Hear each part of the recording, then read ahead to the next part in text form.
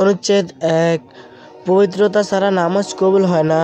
ইবনে উমর রাদিয়াল্লাহু আনহু থেকে বর্ণিত, রাসূলুল্লাহ সাল্লাল্লাহু আলাইহি ওয়াসাল্লাম বলেন, পবিত্রতা ছাড়া নামাজ কবুল হয় না, আর হারাম উপায়ে প্রাপ্ত মালের সাদকাও কবুল হয় না। অনুচ্ছেদ ২। পবিত্রতা অর্জনের ফজিলত। আবু হুরায়রা রাদিয়াল্লাহু আনহু থেকে বর্ণিত, তিনি বলেন, রাসূলুল্লাহ সাল্লাল্লাহু আলাইহি ওয়াসাল্লাম বলেছেন, যখন কোনো মুমিন অথবা মুসলিম বান্দা উযু করে এবং মুখমণ্ডল ধোয়, তার মুখমণ্ডলস্থ হতে তার চোখের দ্বারাকৃত সকল গুনাহ পানির সাথে অথবা পানির শেষ বিন্দুর সাথে দূর হয়ে যায়।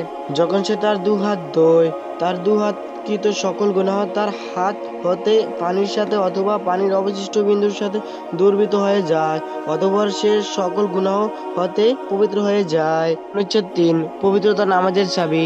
আলী রাদিয়াল্লাহু আনহু থেকে বর্ণিত, নবী সাল্লাল্লাহু আলাইহি ওয়াসাল্লাম বলেন, পবিত্রতা নামাজের চাবি। তাকবীর তার নামাজের বাইরের সকল হালাল কাজ হারামকারী, এবং সালাম তার নামাজের বাহিরের সকল হালাল কাজ হালালকারী। অনুচ্ছেদ ৪।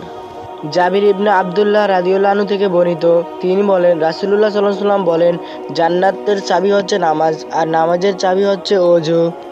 অনুচ্ছেদ ৫। পায়খানা থেকে বের হয়ে যা বলবে। আয়েশা রাদিয়াল্লাহু আনহা থেকে বর্ণিত, তিনি বলেন, নবী সাল্লাল্লাহু আলাইহি ওয়াসাল্লাম যখন পায়খানা হতে বের হতেন, তখন বলতেন, হে আল্লাহ, আমি তোমার নিকট ক্ষমা প্রার্থনা করছি। সহিহ ইবনু মাজাহ ৩০০। অনুচ্ছেদ ৬। কিবলামুখী হয়ে পায়খানা বা পেশাব বসা নিষেধ।